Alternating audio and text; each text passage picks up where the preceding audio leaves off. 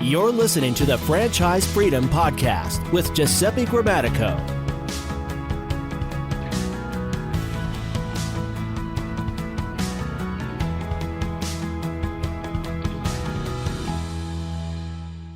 Welcome to the Franchise Freedom Podcast. I'm your host, Giuseppe Grammatico, your franchise guide, the show where we help corporate executives experience time and financial freedom via franchising.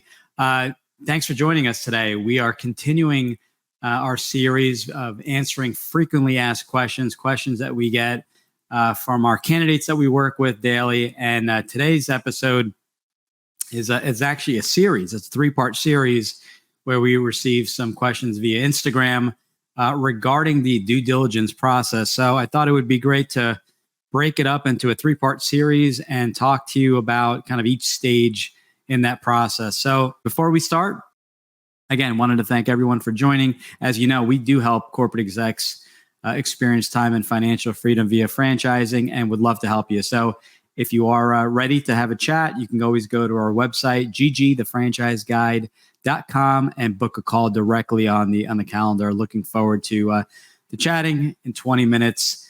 We can sit down and figure out if a franchise may or may not be a good fit. So diving into the due diligence and the importance of it, I can't tell you how many times I've heard people, buy a franchise and just do, one, of the three-part series. And the three-part series is really dedicated to the three sections. So what those sections are, and they're done in this order, is the first section or the first stage is information gathering, speaking directly with the franchisor.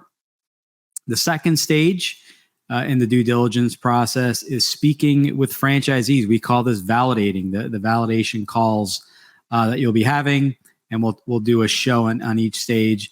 And the third stage is the discovery day, confirmation day. There are a few names for it, where you get to visit either in person or virtually the franchisor, other people potentially looking at the franchise, upper management, the founders and things like that, where you really could solidify your decision in moving forward with that franchise. So for today's episode, we're going to dedicate our time on the first stage, and that first stage is really the information gathering. So, I do get questions as to what stage is most important, and they're all equally important.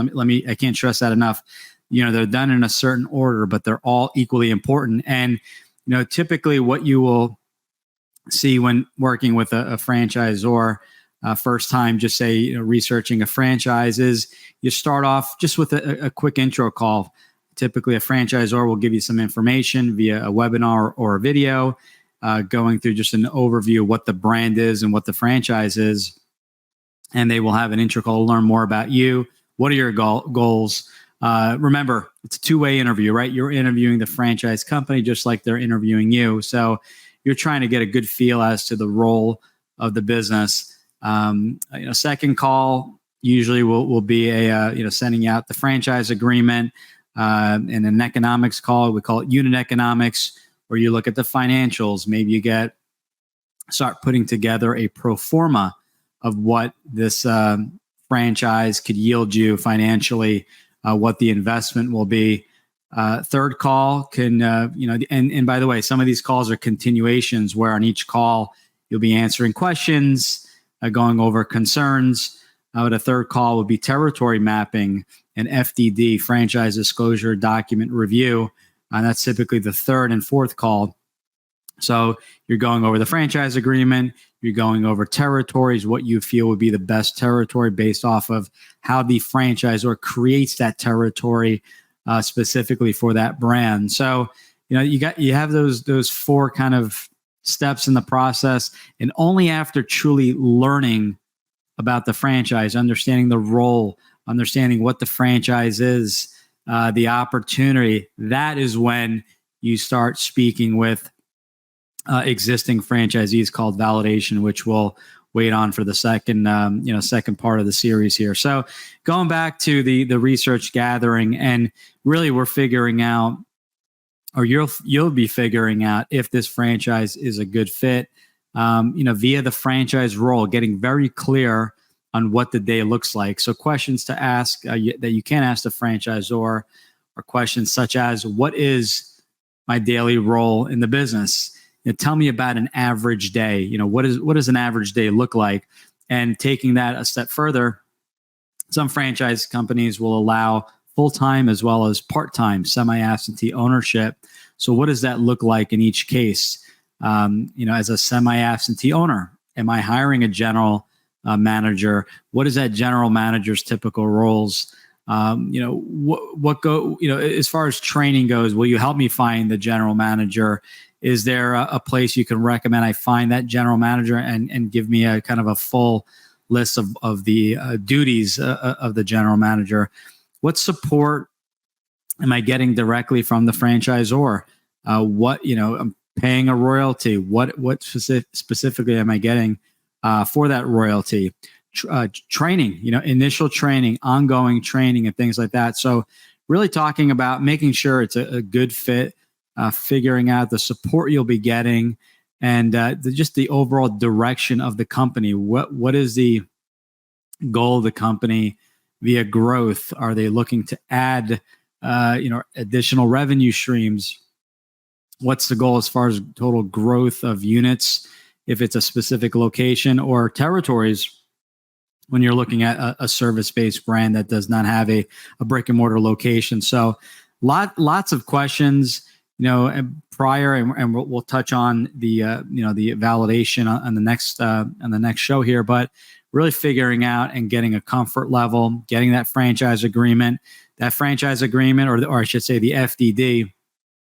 You'll sign a receipt, and that's completely normal. That receipt just states that you have received the document and that you cannot buy a franchise for 14 days. That's extremely important, because the worst thing you want to do is get a franchise agreement or an FDD, sign it the day you received it without having a chance to take a look at it. So that FDD is crucial to be reading thoroughly from page to cut. I always say cover to cover, first page to last page, making sure you truly understand what you're reading, what you're getting into, what is that agreement. And usually you don't get or review the franchise disclosure document on the very first call, because you want to make sure that that franchise is a good fit. And then after the second or third call is when you dive into that agreement, after spending hours of time and hundreds of pages of reviewing documents. Before even getting into that, I recommend just figuring out if the fit is there. Anyone we work with, we spend a lot of time figuring out if the fit is there, checking off the boxes, the employees, the location, the investment range, what your skill set is, what's the role in the business. So it's really figuring out which of the brands that we presented is the better fit, and looking for ways. And when looking at these brands, as I mentioned earlier, you're looking for ways. They may all work. As I just spoke with someone today, all three brands work, and I'm having a hard time deciphering which is the best fit. So I say flip it around and figure out ways to kind of rule out a certain brand, and that may simply be, the investment is just much greater because it involves a brick and mortar location. There's a build out. That may be a reason to rule a brand out initially. Or I don't like necessarily the role in the business where, it's more B2B and I'm working and building relationship with businesses, whereas I would rather work directly with maybe just say a home service business where the customer is the homeowner. So like the overall concept, but you're, again, looking for ways to rule it out.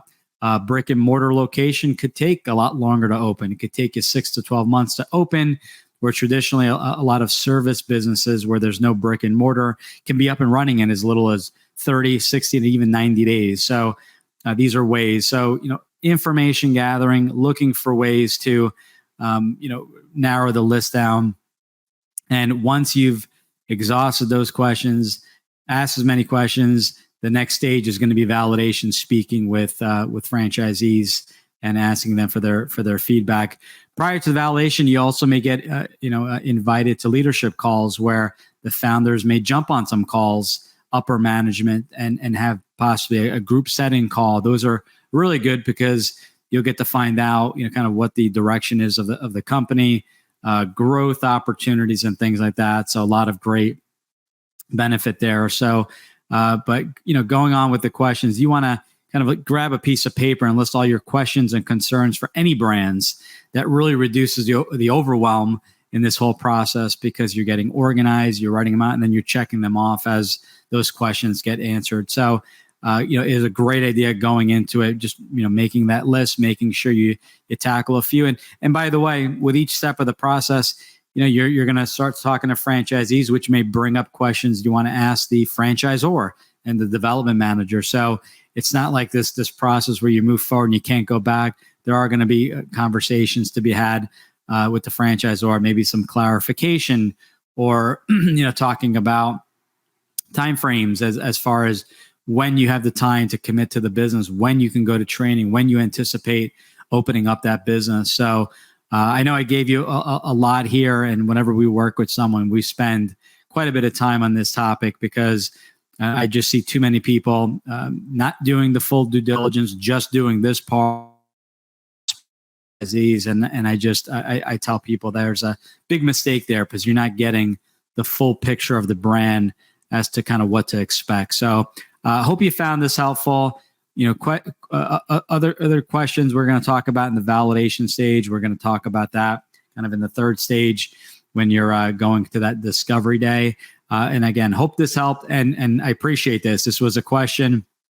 Unfortunately, I don't have the person's name. It was kind of I'm not sure what the name. It wasn't an actual name, but it was. I have to go back, but I wanted to give that person credit. So I'll reach out, and if they're interested, I'll put that in the show notes.